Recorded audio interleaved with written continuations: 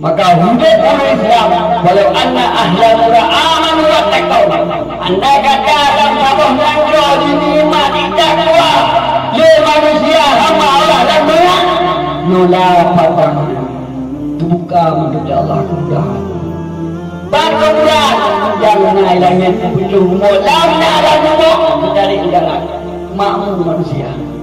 Kalau bila alam mempunyai hadai boleh terkirim ya Allah Ta'ala yaitu gusanya hana dapat bakal dalam punya yaitu istimewa bila Allah karena Nabi. Maka umumnya yaitu yang Allah itu kepada kebenaran punya hati manusia punya manusianya hana penuh keagamaan maka manusianya akan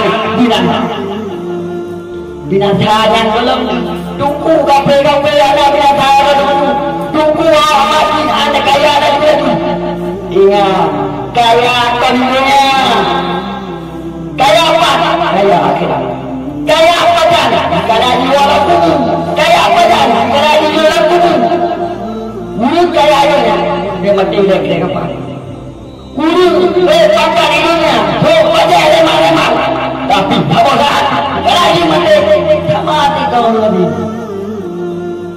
Maka mana beda? Manusia ini tidak ada yang beda dengan Allah Ta'ala tetap kapan putih.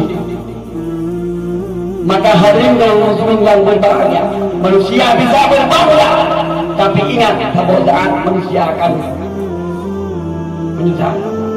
Hadirin kaum muslimin yang berbahagia, yang kebaikan mudah-mudahan menjaga momentum begini tanya Bapak. Alhamdulillah.